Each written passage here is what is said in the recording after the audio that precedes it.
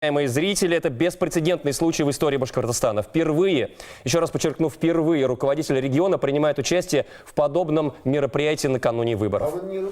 И это уникальный случай не только в масштабах республики. В российской политической традиции участие действующего руководителя страны или региона в предвыборных дебатах лицом к лицу с оппонентами не принято. Поэтому в ближайший час мы станем свидетелями действительно исторического события. Совместные дебаты кандидатов на телевидении и радио проходят в том составе участников, в котором это определила жеребьевка Центризбиркома. И ни разу не было такого, что все 8 кандидатов сходятся на одной площадке. Поэтому мы, крупнейшие телеканалы республики, приняли решение помимо обязательных по закону дебатов провести общение с кандидатами на отдельной площадке в особом формате, который мы назвали ток-шоу «Антидебаты». Так, чтобы в одно и то же время, в одном и том же месте собрались все 8 зарегистрированных кандидатов. И мы пригласили всех в нашу студию. И на это приглашение откликнулись все кандидаты. Представляю их. Владимир Барабаш, выдвинутый партией «Гражданская сила», Зульфия Гайсина, политическая партия «Яблоко», Юрий Игнатьев, выдвиженец «Справедливой России», Рафис Кадыров, патриоты России, Владимир Кобзев, выдвинут Российской партией пенсионеров за социальную справедливость. Юнир Кутлугужин, КПРФ. Иван Сухарев, выдвинут партией ЛДПР. Радий Хабиров, Всероссийская политическая партия «Единая Россия». Уважаемые участники, я хочу отметить, что на все общение в эфире у нас сегодня ровно 1 час. Я прошу вас помнить о том, что в нашем эфире недопустимы оскорбления и призывы к действиям, запрещенным законом. Вы вправе задавать друг другу вопросы и высказывать свою позицию по обсуждаемым темам. Время для нас самый ценный ресурс, поэтому я начну. Сегодня мы с моей коллегой Эллой будем выступать в качестве модераторов. Первый вопрос я задам человеку, которому сегодня, вернее, накануне были многочисленные призывы прийти на дебаты. Радий Фаридович, вы эти призывы приняли. Почему? И неужели вам никто из ваших советников не подсказал, что есть такое политическое правило, что кандидат, который является лидером предвыборной гонки, участвуя в подобного рода мероприятиях, делится со своими оппонентами своим рейтингом? Добрый вечер. Я прежде всего хотел сказать, что, знаете, я давно уже живу и давно занимаюсь политикой, и твердо за это время выяснил, что шутить с мнением народа, шутить с мнением людей нельзя. И никогда не надо думать, что вот все случилось, и у тебя журавль, как говорится, в кармане. И любой случай, который для меня есть, чтобы еще раз рассказать о своих планах, о своей работе нашим жителям, я, конечно, использую. Ну и также я как-то не привык отказывать, если мне кто-то бросает вызов, я обычно всегда его принимаю. Поэтому спасибо коллегам. Мне кажется, будет интересно нам всем пообщаться. Спасибо большое. Уважаемые коллеги, я предлагаю следующий формат. Обсуждение любого количества вопросов в рамках отведенного нам часа. Вы можете либо обращаться к вашим избирателям, либо задавать друг другу вопросы. Для того, чтобы соблюсти некий порядок, я в первую очередь хочу позволить высказаться или задать вопрос самому старшему участнику предвыборной гонки, зарегистрированному кандидату, это Юнир Кутлугужин от КПРФ. Пожалуйста, у вас вопрос или у вас... У нас сегодня будет возможность всем ответить на вопросы друг друга в совершенно равном объеме. Пожалуйста. Добрый вечер, хайырлы кис. Я пришел сегодня на антидебаты для того, чтобы высказать свою позицию и обратиться к избирателям. Во-первых, у нас предстоят большие политические события, выборы главы республики. Это выборы нашего будущего на предстоящие 5 лет. И хотел бы сказать о том, что мы сегодня, вот здесь стоящие товарищи, коллеги, мы сами начинаем поступать с нарушения. Сегодня мы не соблюдаем Конституцию Республики Башкортостан и Кодекс о выборах. Во-первых, среди кандидатов должен быть принцип равенства. Второе, все кандидаты должны находиться в отпуске в период агитационной работы. И решением Центризбиркома было отведено время на дебатов, и за 12 дней мы должны были провести совместные дебаты в количестве 48 раз. И также мы не соблюдаем Конституцию Республики Башкортостан о знании государственных языков. Я считаю, после 8 сентября вот этим нарушениям мы должны положить конец. И сегодня я обращаюсь к избирателям. Несмотря на напряженность социально-экономической политики в республике, призываю всех прийти на избирательные участки и сделать свой выбор. Спасибо. Спасибо большое. Вопросов у вас не будет к вашим оппонентам. Спасибо большое. Элла, пожалуйста. Если можно, да. Дискуссия. А я бы вот после 8 сентября, знаете, чем занялся бы? Я бы занялся тем, что у нас дороги плохие. Я бы занялся тем, что у нас мамочки не могут спокойно и быстро попасть в наши медицинские учреждения. Я бы занялся тем, что элементарно есть проблема бедности. Вот мне кажется, это гораздо важнее и, мне кажется, гораздо интереснее. Она и творческая более работа. Спасибо большое. Будьте любезны, подойдите ко мне. Спасибо большое. Можно Коллеги, я выйду, все-таки отмечу, да? что у нас Рафис в эфире антидебаты.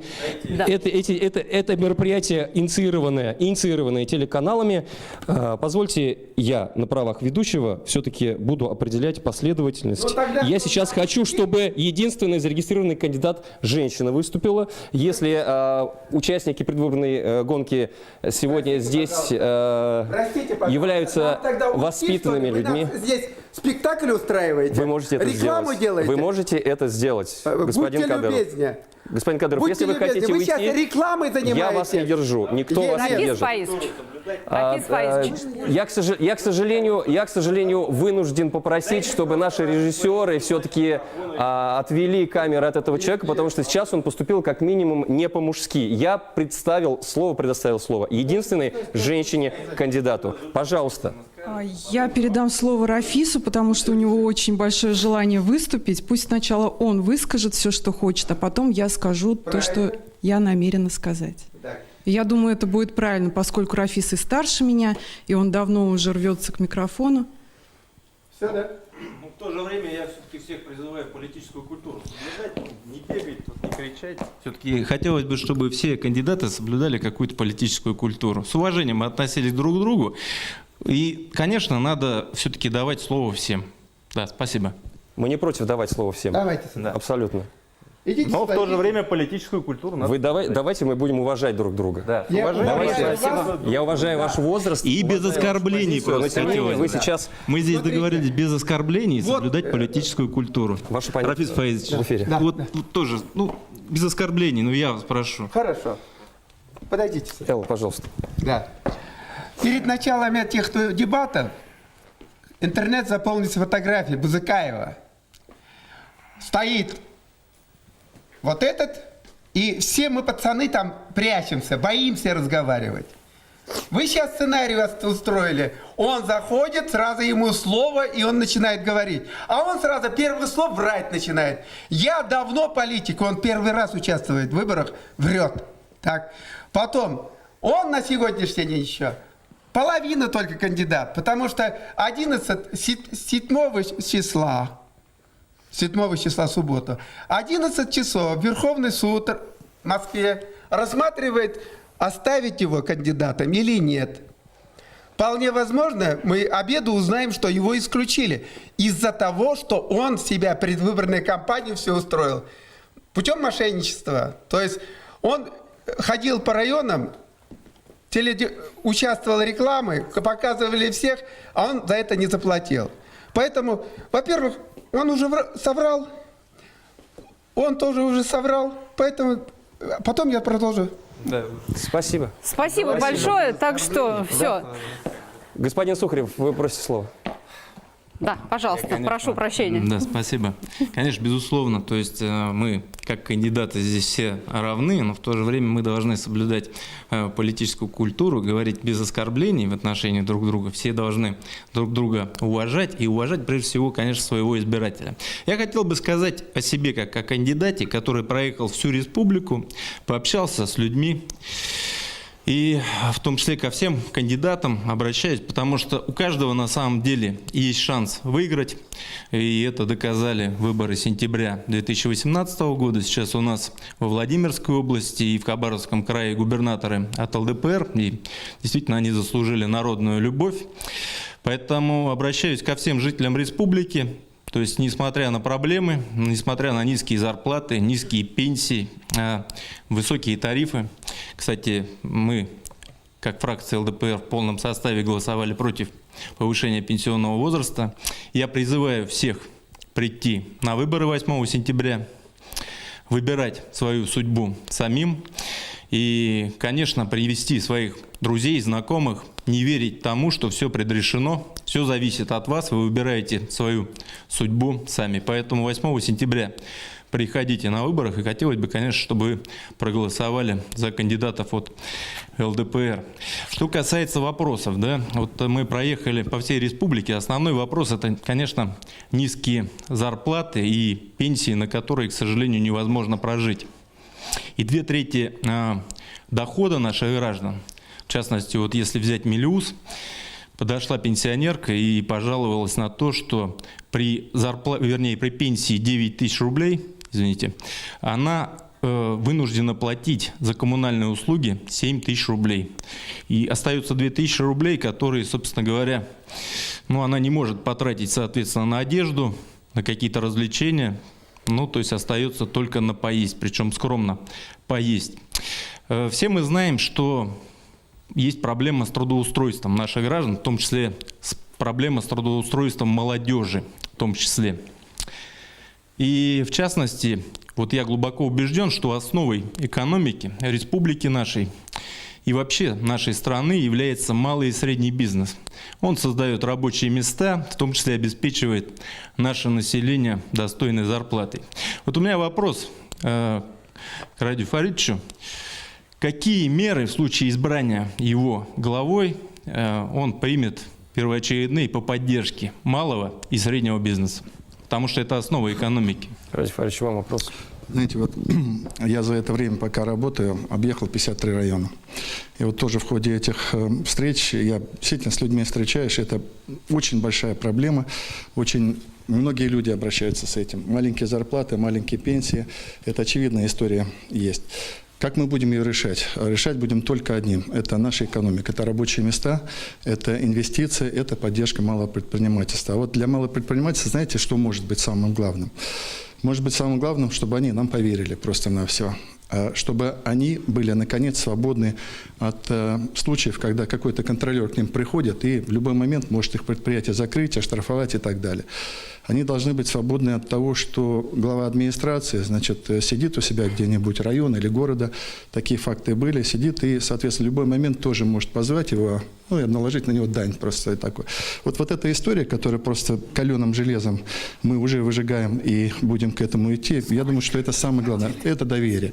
Вот знаете, вот мы посчитали инвестиции, которые к нам пришли за эти полгода, на 14 почти процентов больше. Это огромное количество людей, предпринимателей, то есть раньше сидели с деньгами и не хотели вкладываться в экономику республики. Сейчас вкладываются, а это опять рабочие места, это опять, соответственно, социалки и так далее. Поэтому вот ровно в этом мы видим. Спасибо. Спасибо. Уточняющий вопрос есть. Это не уточняющий вопрос на самом деле. Вот у нас, к сожалению, много решений, которые принимают, в том числе чиновники, они на самом деле не очень благоприятно сказываются потом на гражданах. Это касается и тех, кто придумывает законопроекты и подписывается под ними, которые вносятся в том числе и в Госсобрание Республики. Вот как вы относитесь к тому, чтобы была у нас все-таки не размытая ответственность у чиновников, а персональная ответственность, и каждый гражданин нашей республики знал, что вот этот или тот чиновник отвечает за то или иное решение. Можно мы все-таки, коллеги, будем соблюдать некий паритет, потому что есть большое количество кандидатов. Мы ответим на этот вопрос, я думаю, мы его обсудим. Давайте дадим слово всем. Мы запомнили, кто сегодня уже выступил. Я все-таки настаиваю на том, что Зульфия Гасина, если у нее есть вопрос, все-таки на правах настоящего джентльмена, который повел себя, в отличие от некоторых, будучи женщиной по-мужски, у вас есть вопрос. Спасибо большое. Да, действительно, я единственная женщина-кандидат, и уступив место старшему, почему-то Иван, призывающий к политической культуре, занял мое место, когда я должна была задавать вопросы. Это не очень приятно. Отработанный сценарий. Тренировались долго. У нас действительно уникальные выборы в этом году, и это, наверное, впервые в истории, я не знаю, повторится ли еще когда-либо.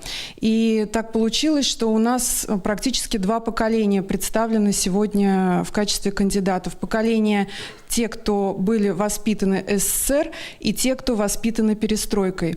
И знаю, что в СССР у нас не очень внимательно относились к правам граждан, и считаю, что там действительно были очень серьезные нарушения. И вот у меня вопрос, наверное, к старшему поколению. Как вы считаете, не помешает ли вам это наследие в реализации прав и свобод граждан? И также следующий вопрос сразу же. Как вы намерены менять эту ситуацию и сделать так, чтобы граждан все-таки слышали в нашей республике? Зульфия Арифовна, к кому вопрос? К старшему поколению. Старшее поколение у нас здесь представлено сразу несколькими участниками. 4 участника. Хорошо, давайте самому старшему участнику, господин Кутулгужин. Если можно вкратце, коллеги, у нас времени очень мало и вас очень много. Кратко, лаконично, пожалуйста. Действительно, я жил и работал и при советской власти, и в капиталистическом строе. И у меня впечатление, что такое при новом строе я уже пытался перестроить себя, но у меня не получилось.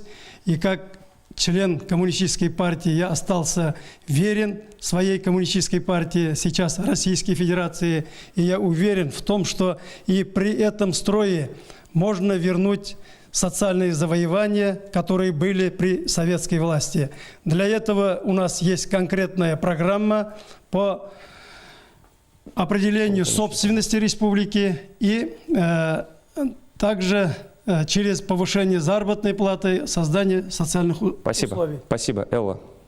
Другие кандидаты. Да, другие кандидаты. Радик Фаридович, давайте, раз уж вы на политической арене у нас, ответьте, пожалуйста. Знаете, вот можно мечтать, вспоминать, рассуждать о том, какой строй. Вот для меня, я очень прагматично всегда настроен. Вот у нас есть республика, есть 4 миллиона 51 тысяча человек. Есть люди, которых волнует здравоохранение, плохие дороги, ямы, плохие парки, плохие подъезды, плохая маленькая зарплата. Вот это все как раз права человека. Я, кстати, хотел сказать, Зульфия, она довольно активно занимается правозащитной деятельностью. Я, кстати, буквально вчера подписал указ о создании Совета по правам человека. Я вот Зульфию практически в прямом эфире приглашаю. Вот первое приглашение, потому что он будет состоять порядка из 30 человек. Поэтому я вас приглашаю. Давайте вместе с вами будем заниматься тем. Но для меня, еще раз повторяю, вот задача такая. Что такое права человека? Начинать с очень простого. Вот есть глава администрации, он должен четко заниматься своим делом. Шаг влево, шаг вправо в отношении нарушения прав человека, все, до свидания. Я поэтому неоднократно говорил, и все руководители должны слезть, то, что называется. У нас как-то повелось, и республика, наверное, как-то все-таки мы немножко азиатчина у нас, наверное, есть. Вот сидят наверху на таких, знаете, постаментах, и вот все большие начальники, зорначальник, как говорят у нас. Вот всех оттуда надо спустить, этим я и занимаюсь. Кого-то жестко, кого-то мягко, но в целом такое, по-моему, тенденция правильно у нас наметилась. Спасибо. Спасибо. Участники, пожалуйста. Да, до самых младших она дошло, да, уже? Или там у нас еще младше есть? Ну что, друзья мои, здесь у нас действительно ведь все-таки скорее не дебаты, а антидебаты, да? То есть у нас шоу. Я не знаю, зачем мы тут кричим кому-то больше голосов. Что там делить-то? Мы все из вас уже были на дебатах.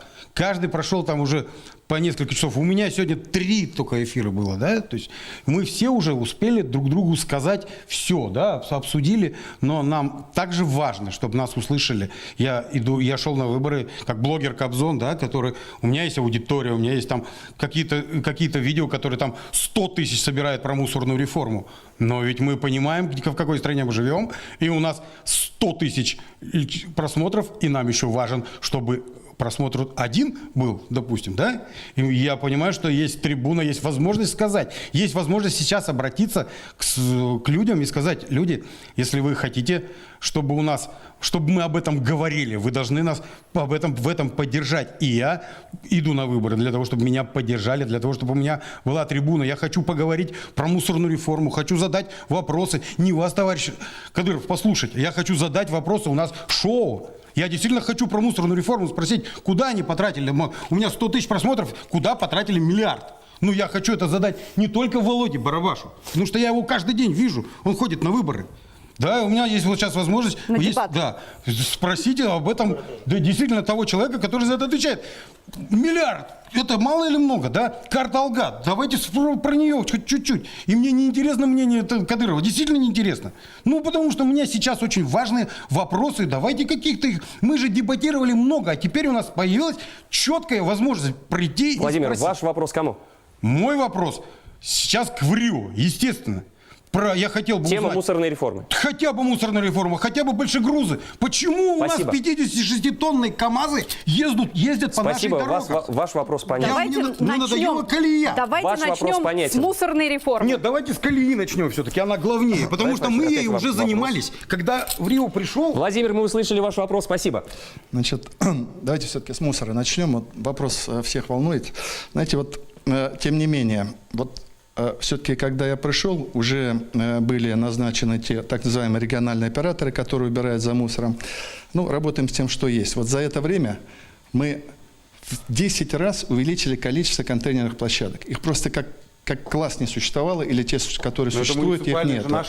Они появляются, в том числе регионально. Тем не менее, мы это делаем, да, совершенно точно. Это первая история. Вторая история, что самое главное, когда мы начинались, вернее, эта реформа начиналась, мы волюнтаристски, по сути, приняли решение. Мы не стали слушать рассуждения институтов, вот какая норма накопления. Я сказал, самый маленький тариф. Самый маленький тариф в Приволжском округе. В Российской Федерации, по-моему, 3 субъекта, которые выше нас по величине тарифа. 70 рублей городские. Если вы поездите по стране, вы посмотрите, там и 100, и 150, и 250, и 350. Поэтому первое, что было сделано, 170 рублей тариф городской. А поскольку много у нас сел, и в селы еще как класснее появлялся мусороперевозчик, я сказал, 35 рублей и не больше, и мы держим это. И это, конечно, большая история. Все остальное наладить порядок, что мы, соответственно, сейчас делаем. Я, кстати, хотел сказать, вот мы дали немножко этим так называемым региональным операторам немножко на ножки встать. 3 более-менее встают, 1 не стал, мы его сносим. Поэтому вот Северо-Восток Республики мы в некотором смысле освободим сейчас от довольно нерадивого оператора, и зайдет другой человек, другая структура, которая будет заниматься мусором. Спасибо. Вопрос по транспорту. Мы же знаем, от чего у нас колея. Вы же, как и пришли, поставили весовой контроль. Они 3 дня стояли на въезде в город. Потом они через Шакшу поехали сюда, вот эти самосвалы. Если вы видите в самосвале, у нас дороги рассчитаны 10-12 тонн на ось, 9-10, да? А у нас ездят шакманы. Это карьерные самосвалы. И когда вы видите горку сверху, вы представляете, у него 20 кубов, 20 кубов. Он сам весит... Общая грузоподъемность едет, у нас машина 56 тонн, вдумайтесь. Я понимаю ваше волнение, оно вполне обоснованное и правильное. Опять же, стартовали с чего? 3 таких полудохло работающих весовых контроля. Мы уже в 2 раза увеличиваем, это первое. Второе, знаете, вот опять история. Что там творилось? Есть весовой контроль.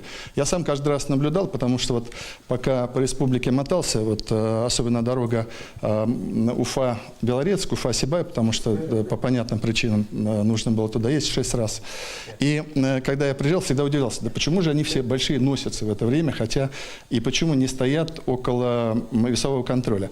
Потом простая история. Мы начали считать деньги, мы начали смотреть, а где, соответственно, количество денег сообразно, потому что, вы понимаете, прохождение должно сопровождаться выплатами. И в результате что произошло? Опять это называется коррупция. Мы просто опять снесли руководство весового контроля, если можно так сказать, поставили другого человека, договорились, соответственно, ГИБДД. Мы сейчас усилили эту историю. Но, опять же, основная проблема, которую вы правильно нащупали, это пункты весового контроля, которые начинают все объезжать. На данный момент мы делаем еще 3, но их нужно по республике 15, понимаете? Понимаете? Цены на Точно так же обязательно вопрос коррупции. Потому что, знаете, как до руководителя одного уже, значит, привлекают к ответственности, другой ходит. Поэтому это очень такой, знаете, процесс определенный, чтобы всех в чувство привести. Понимаете? Это не только весы, это и люди, достойные, адекватные этой работе, это и слаженность, и координация. Это большой долгий процесс. На форумах дальнобойщиков... Коллеги, я прошу, мы перейдем к формату вопрос-ответ. Да. Я сейчас хочу передать слово Владимиру Барабашеву. Владимир, вы самый главный абонент Владимира Кобзева на дебатах, которые до этого были. Есть ли у вас какие-то вопросы? Я как раз не оппонировал никогда Владимиру Юрьевичу по причине того, что у нас очень схожий этот... Вы инициировали обращение по поводу вот нынешнего формата. Я, во-первых, хочу Рафис Фаизовичу сказать, что Рафис Фаизович, мы действительно очень много все между собой уже пообщались. И вот Элла сказала, что мы хотели увидеть здесь все там, увидеть в Рио главы. Нет, на самом деле, Ради Фаридович, при всем уважении, мы хотели увидеть такого же кандидата, который представляет партию власти, к которой у нас у всех вопросы, которые мы просто в пустоту озвучиваем. Поэтому я предлагаю не тратить время телезрителей, не тратить время наше на препирательство о том, что это почему Ради Фаридович отвечает 5-й, 6-й, 8-й раз. Да потому что все вопросы к Ради Фаридовичу, потому что он единая Россия. Поэтому между собой мы можем пообщаться. И, ну, может быть, конечно, так громко будет сказано, у меня есть совет Ради Фаридовичу, как человеку, который не в политике. То есть у меня нет большого опыта в политике, но у меня хороший опыт в управлении бизнесом. И вот то, что сейчас происходит, вы сейчас занимаетесь ручным управлением. Вы лично занимаетесь подъездами, вы лично занимаетесь там... заделыванием ям, весовым контролем, еще что-то. А это все происходит от того, что вы ставите, ну, на мой взгляд, вы ставите руководителей, за которых отвечаете лично. Вот если бы этих людей выбирать, если бы глав местного самоуправления у нас выбирали, то с них бы спрашивали люди напрямую, и вы бы не несли персональной ответственности за яму в каждом дворе. Но это было в качестве совета, вопрос у меня другой. Тогда короче и лаконичнее. Лаконичный вопрос. Очень много частных случаев по всей республике у нас, касающихся там и зарплат и всего прочего, но есть то, что объединяет всех. Это вопрос экологии. В каждом городе, в каждом муниципальном образовании есть своя экологическая беда. В Сибае карьер, в Стерлитамаке Шиханы, там, в Уфе Химпром. Вот вопрос, когда власть повернется к людям, то есть вот если вы становитесь 9 сентября все-таки уже без приставки в Рио главой республики, повернется республика к людям лицом, перестанем мы идти на поводу олигархов и все-таки будем спрашивать людей, что их беспокоит. Будет референдум по Шиханам, будет помощь от республики в наказании комбината Засибай, будет, может быть, наконец-то у нас остановлен Кронашпан, пока они все-таки не введут его полноценно. Вот такой у меня вопрос. По-моему, 3 я насчитал. Значит, первое.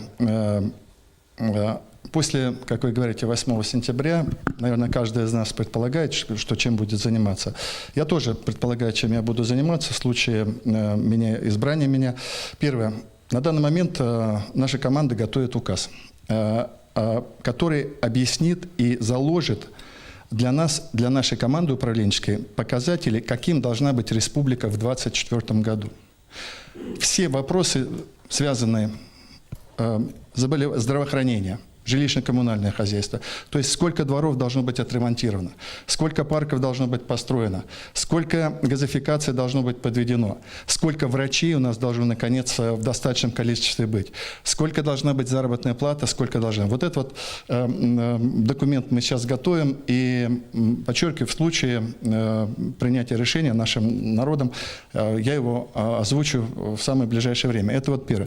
То, что касается экологии, знаете, это такой вопрос. И очень здорово вообще, что наших жителей волнует экология. Мы вместе решаем многие проблемы.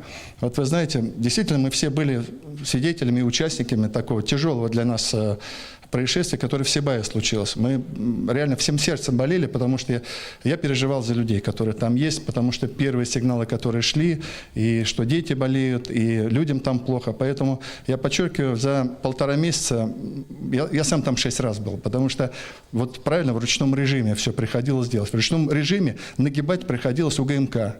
Они вполне вменяемо, кстати, подходили, но все равно у них было ощущение, они же далеко. Собственники это далеко, поэтому приходилось спокойно объяснять, что нет, вы должны шахту затопить в конце концов, что и было сделано, что вы должны, соответственно, оказать помощь городу, что вы должны подумать о том, что происходить дальше будет с предприятием. Там, знаете, такой комплекс проблем, который нельзя просто так. Потому что если мы Сибайский ГОК остановим, тогда где будут работать люди сибайские? Поэтому нам здесь такой комплекс вопросов. И вот опять про ручное управление. Вы абсолютно правы. Не хочется заниматься ручным управлением. Я вот по натуре очень ленивый человек. Я бы вот сидел, смотрел, может быть, придумал какие-то проекты. Но вот приходится пока буквально в каждую деталь самому входить. А чтобы это произошло, нужны люди. Вот просто нужны люди. И вот моя задача, я надеюсь, у меня это получится, чтобы в нашей республике, вот знаете, каждый сельский паренек, вот просто сельский паренек или сельская девчушка могли пройти всю линейку карьерную, добиться успеха, стать министром, зампремьера, большим начальником, независимо ни от кумовства, ни от клановости, ни от денег, ничего. Вот это самая большая проблема и самое главное. Вот если мы эту цепочку построим, а мы ее начали сейчас строить, я думаю, что тогда все будет хорошо. Спасибо. Спасибо. Я хочу подойти к еще одному участнику сегодняшних дебатов. Юрий Игнатьев, представляющий «Справедливую Россию». Ну, во-первых, вы не так часто были на дебатах. Не все вас видели в эфире. Есть ли у вас ваш вопрос? Ну, давайте начнем с того, что Юнир Галюняш продекларировал, что там обязаны 48 посетить дебатов. Ну, дебат – это один из инструментов общения со своим избирателем. И каждый выбирает тот путь, который он выбирает. Это первый момент.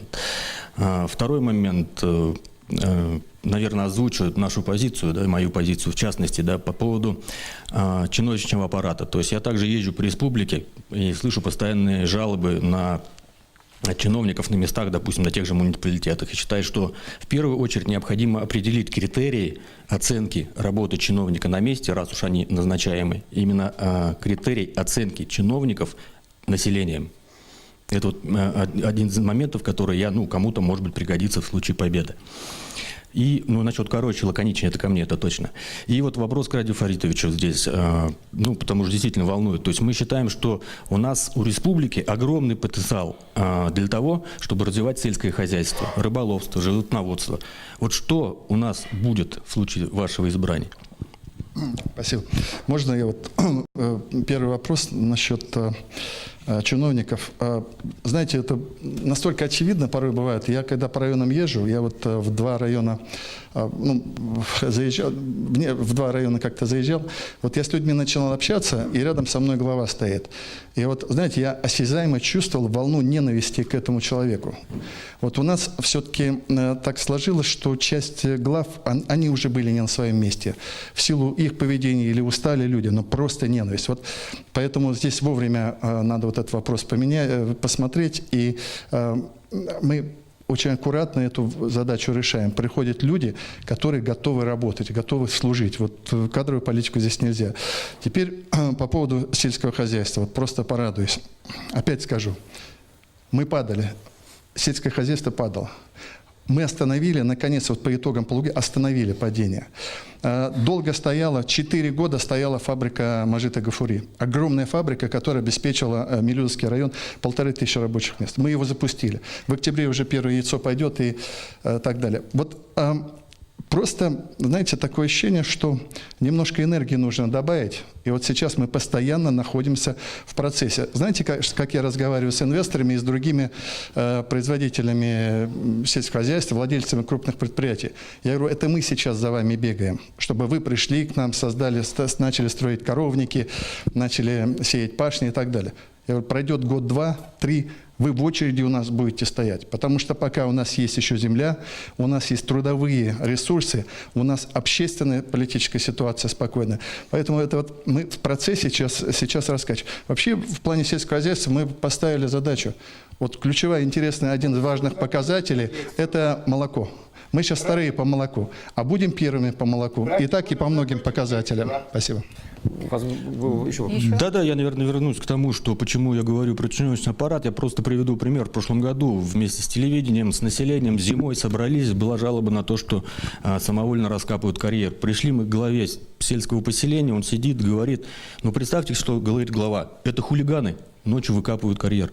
хулиганы на тракторах, на КАМАЗах. Ну, представляете, какое отношение к населению? Вот именно поэтому я говорю, что население должно оценивать работу чиновников на местах. Спасибо. Владимир, вы что-то записывали? У нас, Есть реплика. У нас, знаете, вот мне кажется, ну, может быть, это еще не идеальная схема. Мы очень надеемся, что вот та программа, которую мы ввели, инцидент, дает нам возможность действительно слышать. Это более миллиона обращений уже было, и ведь на каждом мы пытаемся отработать. Где-то, понятно, не получается быстро, где-то и чиновничие иногда, все живые люди ошибаются, и мы их наказываем. Но в целом мы вот такую ниточку, связывающую нас и с людьми, которая дает нам возможность людей слышать и, соответственно, реагировать, мне кажется, налаживаем. Вы что-то за своим оппонентом записывали или жалобу в ЦИК? Жалобы в ЦИК я и так уже самый жалующийся кандидат. У меня на самом деле уточнение к тому, что сказал Юрий Викторович про критерии оценки чиновников. Я опять вернусь к тому, что если бы их выбирали, это был бы лучший критерий оценки, потому что тогда бы его не выбрали, он бы отвечал перед своими избирателями. Вопрос к Юрию Викторовичу? Нет, это не вопрос к Юрию Викторовичу, это реплика ко всем кандидатам сейчас, потому что кто победит, тот, чтобы знал. Вот по поводу Сибая, если уж мы говорили, вот Ради Фаридович наградил орденом главу Сибая. Я на встрече, когда с избирателями встречался, то есть люди рассказывают совершенно страшные вещи. Когда были выделены средства на финансирование инвестпроектов для малого бизнеса, и когда то есть вот люди приходят и говорят, с меня попросили 7% за то, чтобы выдать деньги, с меня попросили 10% за то, чтобы выдать деньги. Я отказался, а вот тот дал, и ему дали. Причем под бизнес-план, который скачали с интернета вечером. То есть вопрос, насколько вот эти вот люди на своем месте. Это не вопрос к Радию Фаридовичу, это общее сейчас, просто я обращаюсь ко всем, кто бы не победил, кто бы там будет инаугурация 9 числа, это в качестве совета. Давайте вернем выборность глав, потому что если люди выберут своего главу, они его на вилы поднимут за такое поведение и за такой подход. Все. У вас, Владимир. У меня тоже короткая реплика. Когда мы говорим сейчас, да, сейчас вот, Ради Фаридович тоже говорит, что вот у нас там молодежь как-то растет от такого паренька и туда наверх. А я не вижу инструментов. То есть, если бы я завтра открыл бы, например, ХХ, да, например, там, в интернете, по поиску там, ну или hh.ru. Да, Headhunter, да. Сайт. Спокойно там стоит запись. Там требуется министр, и внизу количество требований к нему, да, то есть ведь каждому чиновнику есть какие-то требования. Он должен быть, ну, пускай чиновник. Я понимаю, какие-то вот программы, да, вот сейчас заявлены вот эти программы вот этой социальных лифтов как бы, но оттуда все люди той системы, они идут, я же вижу этих лица, они, ой, я молодежный Курултай, да, я это, да. Подождите, а вы про паренька-то того забыли, он же сейчас некуда ему заполнить вот эту бумажку-то. Почему бы его, или, например, сейчас говорят, ой, не хватает людей. Понятно. Да. Ваша реплика. Моя реплика проста. Владимир. Сделайте прозрачные, чтобы человек пришел и сказал, я не подхожу на эту должность. Вот я теперь понимаю. В продолжении вашей реплики у меня есть вопрос. Дело в том, что прямо сейчас идет большой конкурс под названием «Лидеры Башкортостана». Как раз тот самый социальный лифт, который может, финал которого да, завтра смотрите в прямом эфире да, телеканала который ВСТ. может как раз вывести людей, что называется, с нижней ступеньки до верхней. Да, итак, у нас конкурс, да, «Лидеры Башкортостана».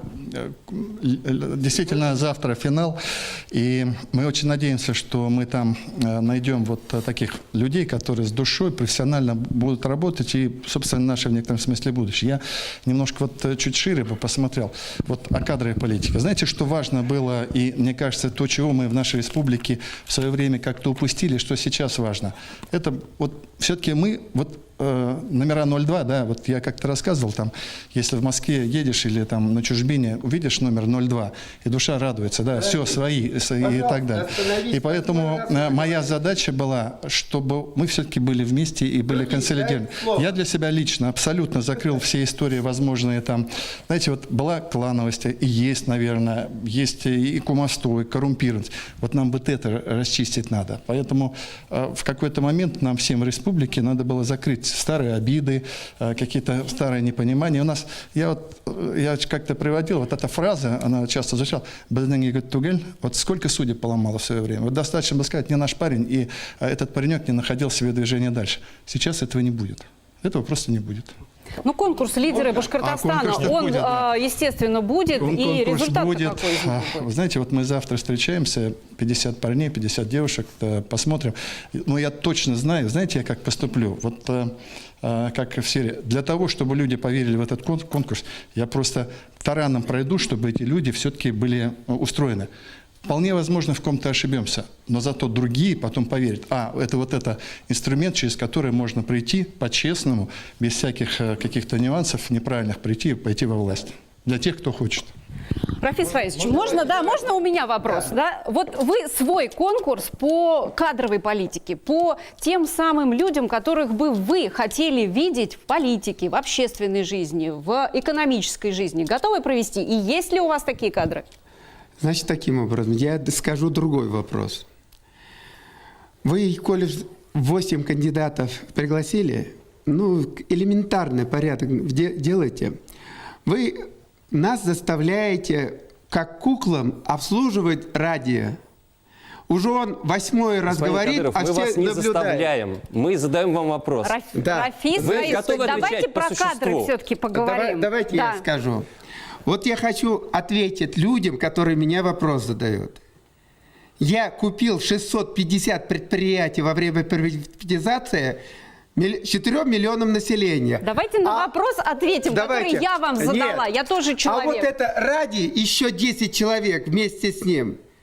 Сейчас по 210 статье уголовной ответственности висят. А он здесь вместо того, что в тюрьме быть.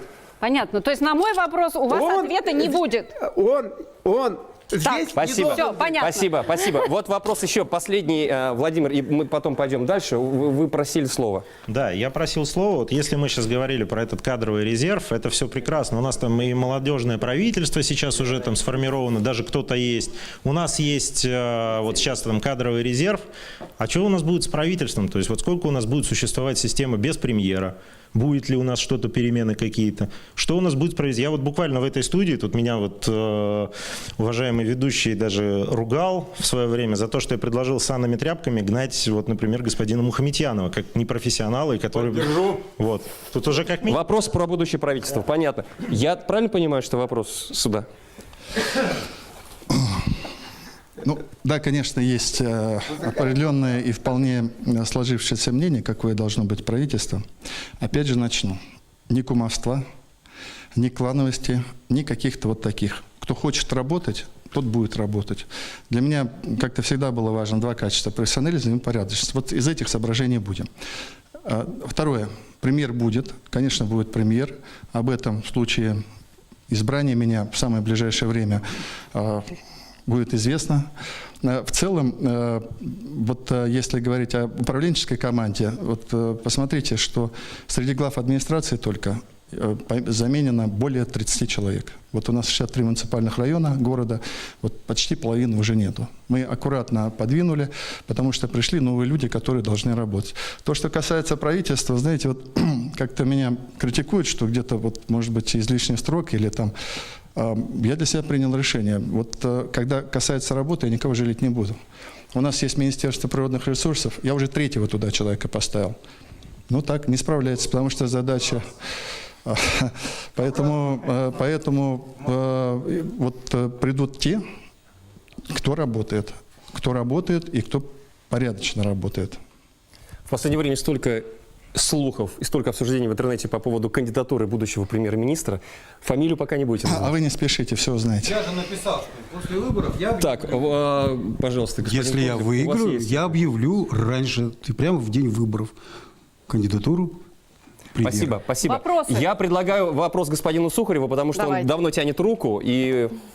Не вопрос, наверное, да, то есть, во-первых, я хотел бы сказать, что действительно у нас в республике очень много проблем. Мы уже обсудили низкие зарплаты и низкие пенсии, и тот средний размер, который имеется сейчас у нас здесь во всех средствах массовой информации, не соответствует действительности. Мы выступаем все-таки за то, чтобы здесь у нас на территории республики минимальная пенсия составляла 20 тысяч, а минимальная заработная плата 40 тысяч, хотя бы как-то народ, чтобы мог прожить. Но хотел бы особо обратить внимание на законопроекты, которые наш Курултай, законопроекты от депутатов фракции ЛДПР, которые наш Курултай, к сожалению, отклоняет. И обращаюсь ко всем кандидатам, потому что каждый из них может стать в итоге главой республики. Еще раз хочу всех наших жителей, всем им сказать о том, что ничего не предрешено.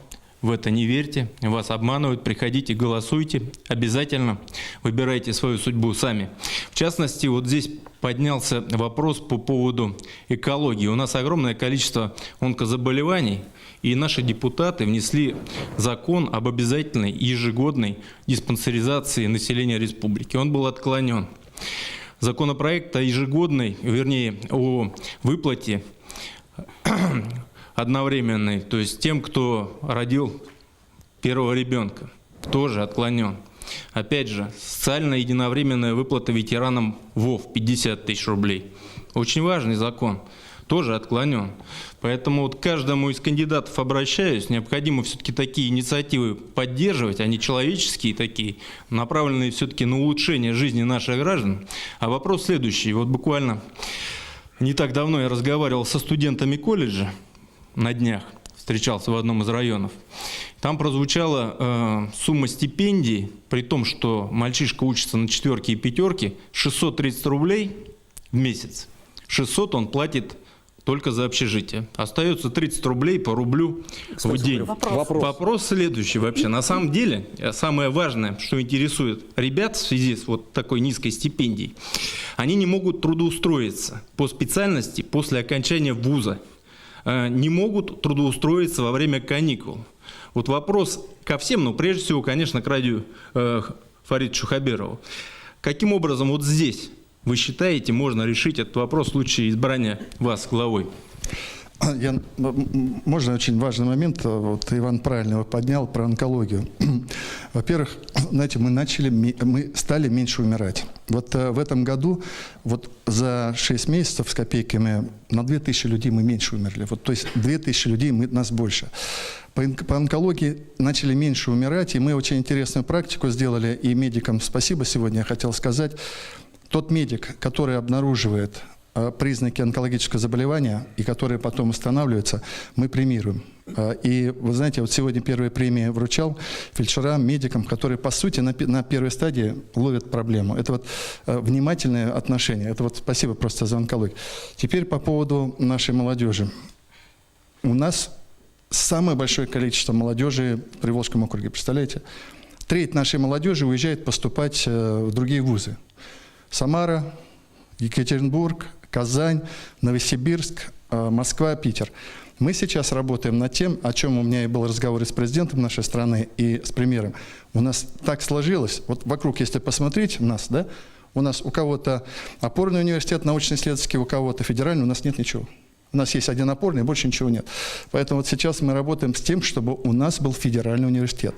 Как минимум научно-образовательный центр, который мы обязательно, он будет. Теперь по поводу работы. Просто не хочу занимать время. А это то же самое. Опять инвестиции, опять рабочие места, опять спокойная обстановка для предприимчивых людей, которые спокойно могут свои деньги принести, здесь зарабатывать, понимая, что здесь никто с них дань собирать не будет, никто здесь им какие-то дополнительные обязательства вешать не будет, как это красиво называется, а спокойно будут создавать для нас рабочие места. Спасибо. Я все-таки напомню, что 2 кандидата у нас что-то выпали из беседы, господин Кутлугужин. Я знаю, что вы периодически поднимаете вопрос по суверенитету республики. Что по этому поводу скажете, не хотите ли задать вопрос? Я сразу начну с замечания. Я не господин, я товарищ. Остаюсь я коммунистом, да. Действительно, сегодня мы обсуждаем точечные вопросы. Я хотел бы подойти к этому вопросу более обширно, потому что глава республики должен быть не только теоретиком и политиком, он должен быть хозяйственным руководителем, должен иметь опыт работы, руководство. И сегодня не было бы у нас ручного управления. Вот этого надо избежать. С самого начала надо организовать структуру, и для этого должно быть правительство, по нашему мнению, народного доверия. Не только своих близких, друзей из Красногорска. Поэтому здесь должны работать представители всех политических парламентских партий.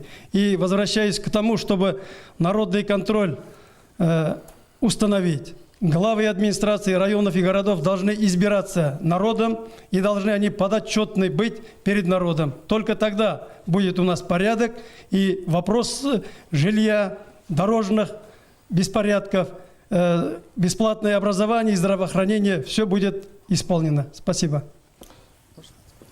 Я, кстати, если та же Компартия, Справедливая Россия или другие партии предложат нам толковых людей, которые готовы работать в правительстве с утра до вечера и порядочно, только будем рады. Поэтому вы предлагайте, вы же флаг подняли вперед, только давайте о деле говорить. Дайте конкретного человека, который готов. Я вполне рассмотрю. У нас вот эта встреча, надеюсь, не последняя, еще пообщаемся. Поэтому давайте людей. Спасибо. Можно я вопрос Зульфии Рифовне все-таки от нее послушаю? Она уже давно тянет руку и хотела что-то спросить. Пожалуйста. Меня не простят, наверное, обманутые дольщики, если я не затрону их тему. Дело в том, что у нас прошло, на самом деле, в течение 2 недель очень много дебатов, и я ни разу о них не говорила.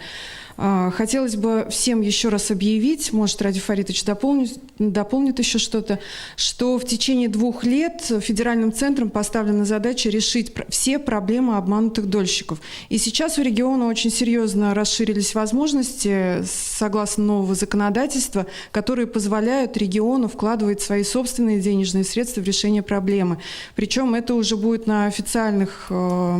официальном порядке, а не так, как было раньше, искали пути выхода из этой ситуации. И еще один вопрос по поводу правозащитной деятельности. Вот вы упомянули систему «Инцидент». Дело в том, что вот опять же за 2 месяца предвыборной кампании ко мне поступало очень много обращений, и я пыталась через свои соцсети как-то обратить внимание органов власти, муниципалитеты, в том числе и ведомства, министерства ваши, на то, чтобы помогли людям, тем, которые обращаются ко мне и не нашли никакой поддержки. В первую очередь это касается подготовки дорог к школе. Были зебры стерты так, что не было обеспечена безопасности. Несколько чиновников, конечно, отписались. Спасибо большое. Но самые активные, кто просматривал мои соцсети, были Октябрьский район города Уфы, Госкомтранс и Госстрой. Остальные почему-то, игнорировали. Вопрос, Зульфия, Может, видели какого-то серьезного конкурента. И вопрос такой, как все-таки эффективно организовать это взаимодействие граждан с органами власти? Потому что на сегодняшний день эффективность, она, к сожалению, не настолько серьезная, как вопрос хотелось кому? бы. Ради Фаритовича. К Ради Фаритовичу, пожалуйста. Давайте про дольщиков сперва. Зульфия, вы прекрасно сами знаете, вместе работали в этом. У нас самые тяжелые наследствия дольщики, почти 9 тысяч. Самое большое в Приволжском округе, где-то, наверное, мы в 3 или в 5 точно Российской Федерации. Такого мало у кого есть. Это такое тяжелое наследие, которое я вновь, пользуясь случаем, говорю, каждый, у кого нарушены права, получит квартиру. Мы этим занимаемся. Теперь, для справедливости ради, до определенного момента, то есть до 11 октября, эта ситуация шатко-валко шла. Мы за это время несколько домов уже ввели. Несколько сотен людей уже получили ключи, и вы знаете, что я каждый день требовал, чтобы нам эти дома ввели. Самое главное, сейчас самое тяжелое. Поэтому мы приняли сейчас решение, что проблему дольщиков будем решать не через сложные схемы, когда мы инвесторов находили дополнительно, предлагали для застройки дополнительные участки, будем помогать бюджетными средствами. Поэтому такой орган мы учредили уже, организацию, и, соответственно, сейчас будем ускорять темпы. Совершенно справедливо сказали, 2 года. Тяжелейшие задачи будем решать. Теперь по поводу, как мы об этом уже говорили. Вы знаете, наверное, все постепенно происходит. Я говорил, 53 раза я 53 района объехал. Каждый район – это сотни встреч. И каждый раз я когда выходил по пустякам какого-то, около чего-то там кранчика нету в подъезде, я каждый раз убеждался, что мало общаемся с людьми. Надо разговаривать, надо с людьми разговаривать. Я это каждый раз говорю. Я-то общаюсь. Понятно, что это ручной режим, может быть, но от меня команда идет к главам, от меня команда идет в правительство, и эта история начинает приобретать такой обязательный характер. А это уже жестко я администрирую. Господин Игнатьев, единственный человек, который из 8 кандидатов, который один лишь раз выступал, поэтому я к вам еще раз обращусь. Он не хочет. Вам так может казаться, господин. Да. Спасибо, времени осталось мало. Я о своем, о земном, о наболевшем. Вот у нас в Центр защиты прав граждан приходит невероятное количество людей с такой проблемой. Вот проблема обманутых дольщиков, она понятна. Но есть еще одна проблема. Это микрофинансовые организации, которые навязывают свои услуги каким-то угодным способом. Я вот просил бы всех кандидатов обратить на это внимание, вот блогеров в первую число, потому что я не видел, чтобы эта проблема освещалась. Это очень невероятное количество людей. Это вот, микрофинансовые организации? Да, микрофинансовые организации и навязывание там услуг, кредитов под видом там медицинских каких-то услуг, массажей и так далее и тому подобное. Эта тема на самом деле очень активно обсуждается, в том числе и средства массовой информации. Вопрос у вас, я так понимаю? Нет, вопросов нет. Вопроса нет, пожалуйста. У правозащитника есть ответ.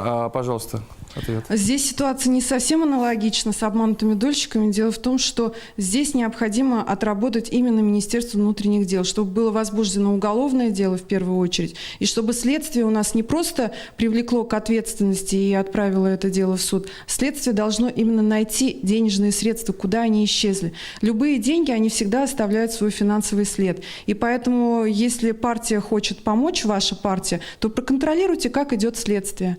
И я со своей стороны тоже этим займусь. Да, господин Сухарь. Да, хотелось бы отметить, что партия ЛДПР плотно занимается микрофинансовыми организациями, потому что, к сожалению, те процентные ставки, которые имеют 700% годовых, конечно, они неприемлемы и нарушают права наших граждан. Мы не говорим, что надо запретить их, потому что они, в принципе, нужны, но единственное, конечно, необходимо их ограничить. Что касается дольщиков проблемных, ко мне, в частности, и Зульфия Гайсина обращалась, и мы помогали, и она об этом говорила в прямом эфире.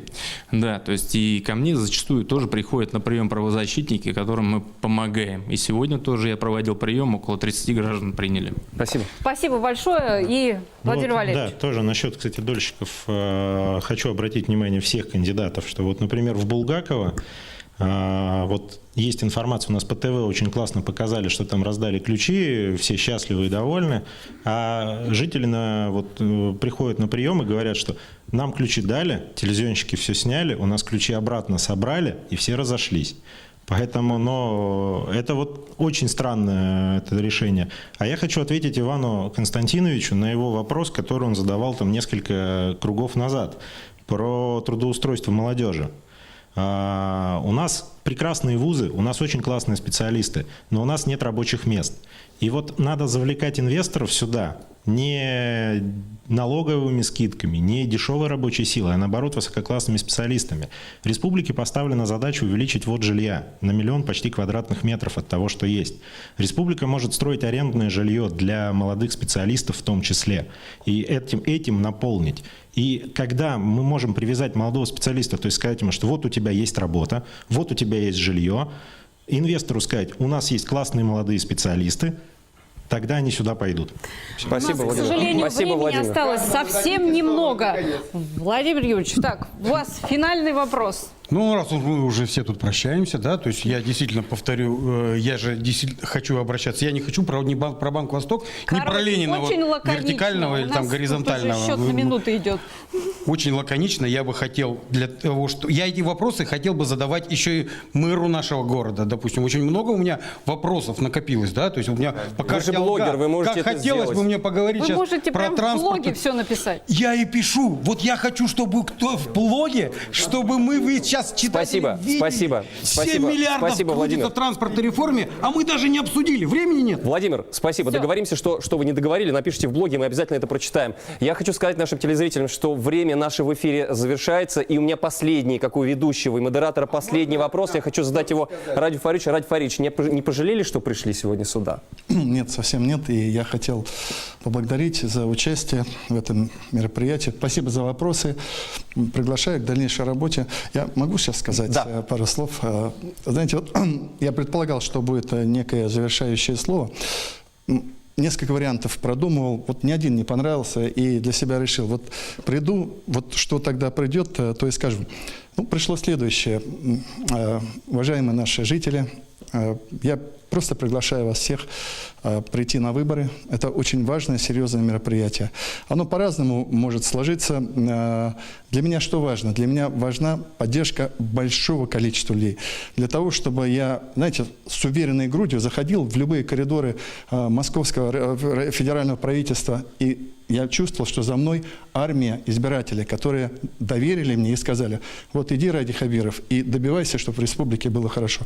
Поэтому надеюсь и приглашаю на выборы. Спасибо.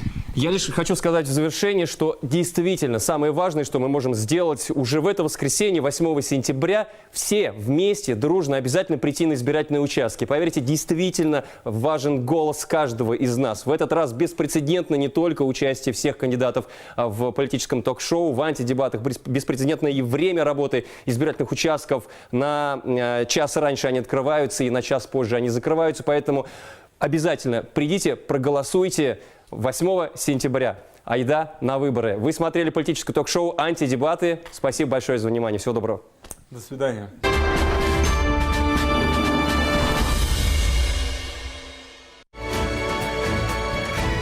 8 сентября айда на выборы.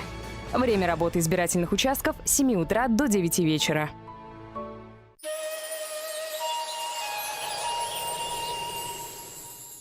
Выбираете новую шубу? Вам нравится?